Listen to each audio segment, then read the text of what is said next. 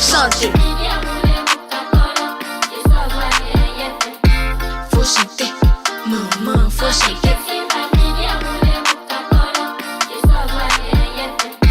Faut chanter, maman, faut chanter. Bonjour à tous, je suis Mano et je vous souhaite la bienvenue dans ce 34e épisode de la capsule, l'émission du blog Konji Côte d'Ivoire qui vous permet de découvrir des faits parfois méconnus de l'histoire de la Côte d'Ivoire. 34e épisode. Et oui, j'ai du mal à croire que j'ai déjà fait 34 vidéos sur l'histoire de la Côte d'Ivoire. Waouh, le temps passe vite.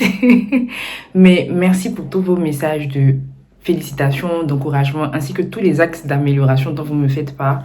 Je les prends en compte et j'espère qu'ils m'aideront à produire un contenu toujours plus qualitatif.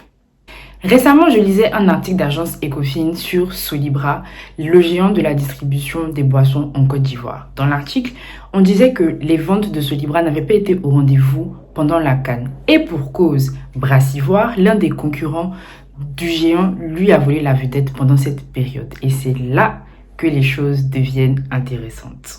L'article mentionnait que CFAO appartenait autant au groupe néerlandais Heineken qu'au groupe français CFAO. Or, cet été, j'ai appris que CFAO était le grossiste répartiteur des médicaments en Côte d'Ivoire. C'est-à-dire le groupe achète les médicaments auprès des laboratoires français, américains, anglais, suisses, peu importe, puis les revend aux pharmaciens en Côte d'Ivoire. Depuis quelques années aussi, le groupe Carrefour s'est installé en Côte d'Ivoire et c'est le groupe CFAO qui gère ces magasins.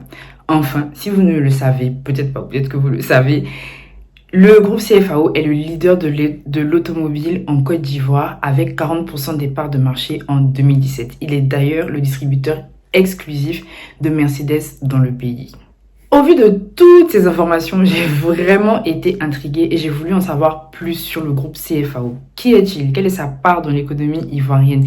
Et surtout, pourquoi possède-t-il autant d'activités en Côte d'Ivoire? C'est ce que je vous propose de découvrir dans le nouvel épisode de la capsule. CFAO, pour Compagnie française de l'Afrique occidentale, a été créé en 1852 par Charles-Auguste Vermink.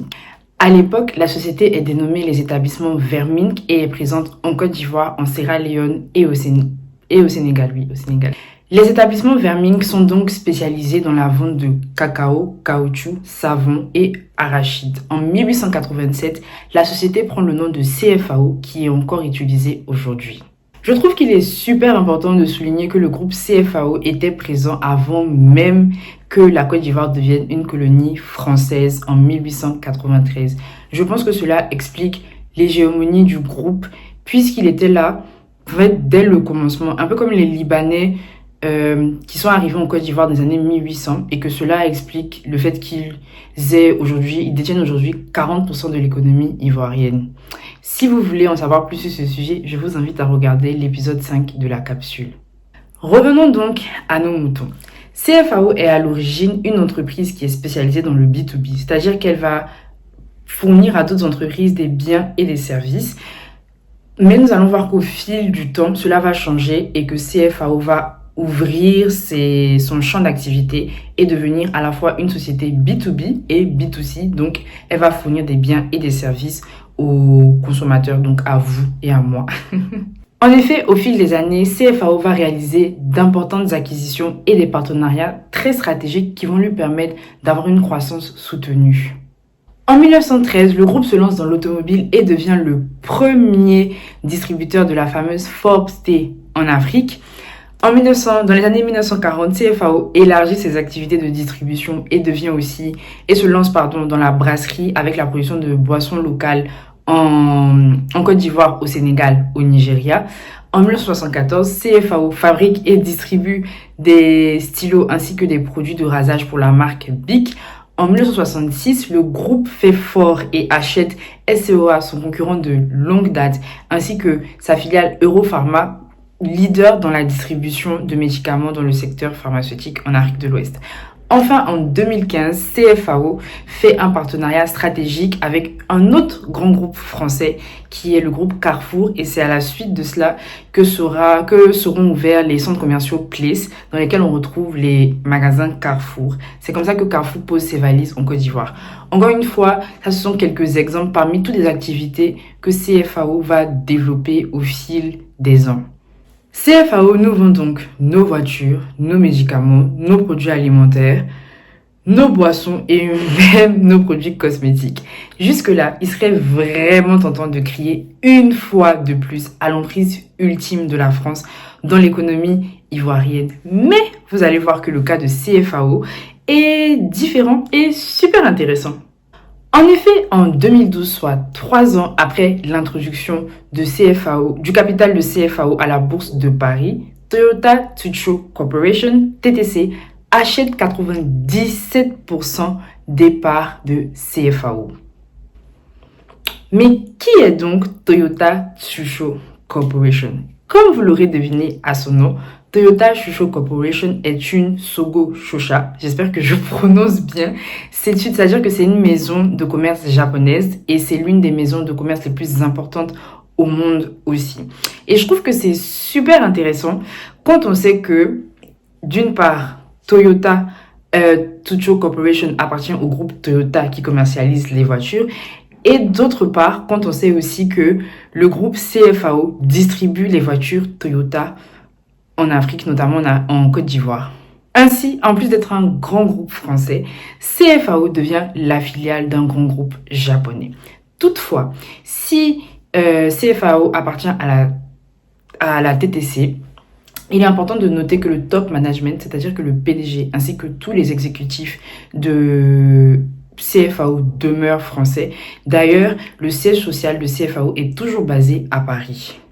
Aujourd'hui, CFAO réalise un chiffre d'affaires de 8,3 milliards d'euros, emploie 23 100 personnes et offre un accès de 45 pays sur les 54 pays africains aux entreprises qui souhaiteraient s'installer en Afrique. Et ça, ce sont les chiffres de 2023. Le cas de CFAO n'est pas une exception sur le marché ivoirien, encore moins sur le marché africain.